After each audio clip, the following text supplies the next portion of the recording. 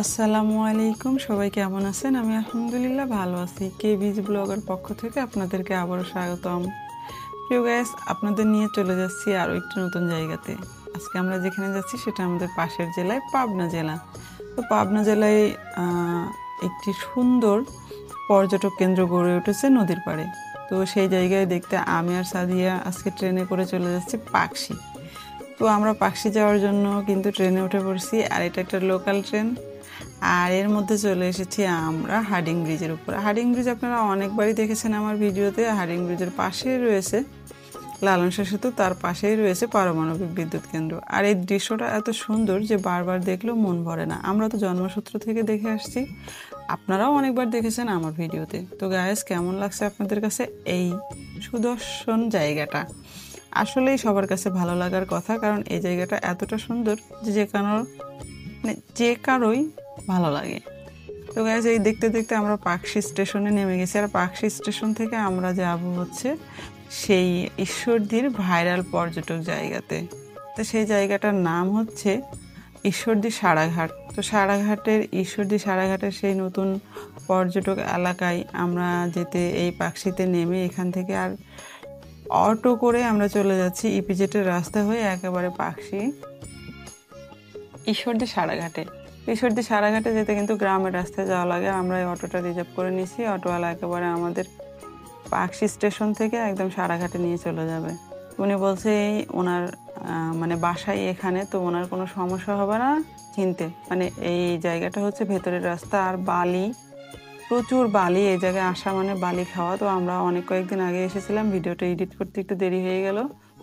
তো এই আর কি, সে সময় ছিল একটু বালি আর ধুলা। আর এই হলো সেই সারাঘাটের ভাইরাল জায়গা। তো গেছে, এটা হচ্ছে পদ্মা নদীর এপার, মানে আমাদের বাসা হচ্ছে পদ্মা নদীর ওপার। তো নৌকা করে এখানে আসা যাবে না, তাই এদিক দিয়ে ঘুরে ফিরে আমরা আসলাম।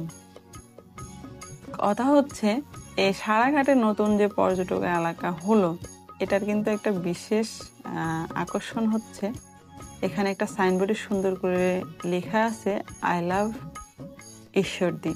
তো এটার জন্য মূলত এখানকার আকর্ষণ। তো আমরা সেটা দেখার জন্য এখানে আসছি, আর আমরা প্রথম থেকে শেষ পর্যন্ত আপনাদের দেখাবো ইনশাল্লাহ। এটা হচ্ছে নদীর পাড় দিয়ে ছোটোখাটো দোকানগুলো, আর এই দোকানগুলোই আপনার হচ্ছে এই পর্যটকদের জন্য এত মানে জাঁকজমক।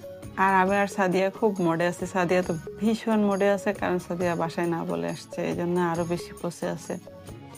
তো আমি আর সাদিয়া একবারে আশেপাশটা সুন্দর করে ঘুরে দেখলাম, আর আপনাদের দেখানোর চেষ্টা করলাম। মাঝে মাঝে দিয়ে একটু করে বসার জায়গা রয়েছে দোকানের, মানে এগুলো হচ্ছে দোকানদারদের কাজ। তারা কিন্তু এই জায়গাগুলো তৈরি করছে, আর তার কারণ হচ্ছে পর্যটক আসে, তাদের দোকানের খাওয়া দাওয়া করে, এই জন্যই তারা এই নদীর ধার দিয়ে এই জায়গাগুলো করছে। তো আমাদের অনেক ভালো লাগলো, আমরা 3 জন এসেছিলাম। মানে কি ভালো লাগলো, মানে নদীর পাড়টাই ভালো লাগার মতো। আই লাভ ঈশ্বরদীর চাইতে নদীর পাড়টাই অনেক সুন্দর, আমি বলবো। তো আমরা এসেছিলাম মূলত ঘুরতে, না ভিডিও করার জন্য।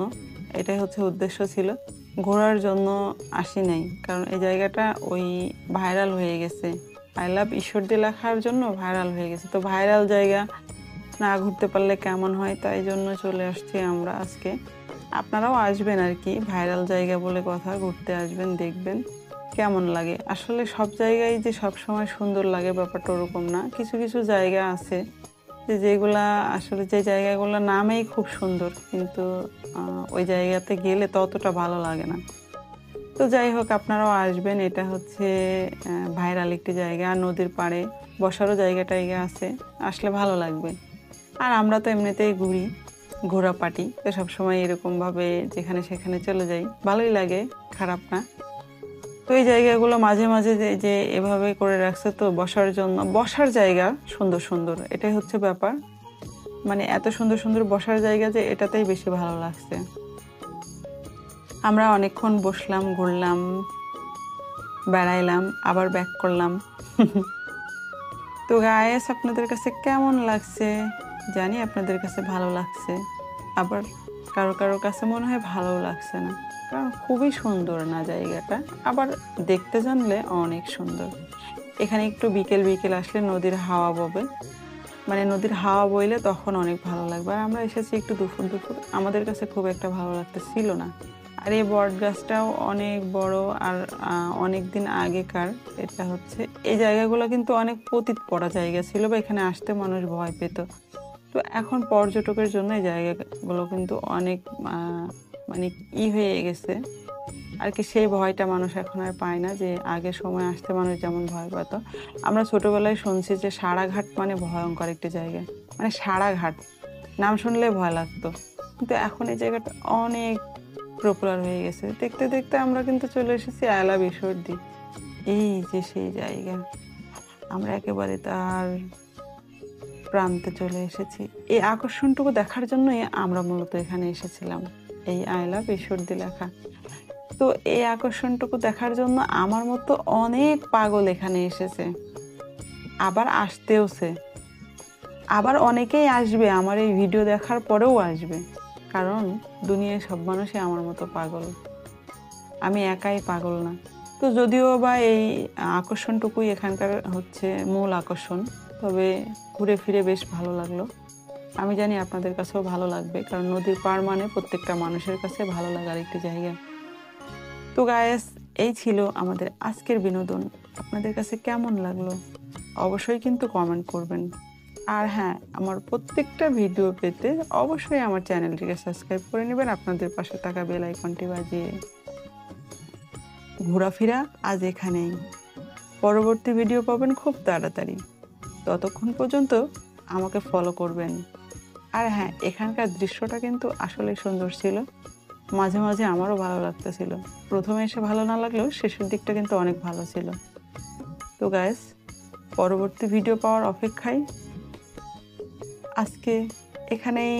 সবাইকে টাটা, বাই বাই, আল্লাহ হাফেজ। আর হ্যাঁ, সবাই ভালো থাকবেন, সবার বাবা মাকে নিয়ে, সবার বাবা মাকে শ্রদ্ধা ভক্তি করবেন, ভালোবাসবেন। সবাইকে আল্লাহ হাফেজ।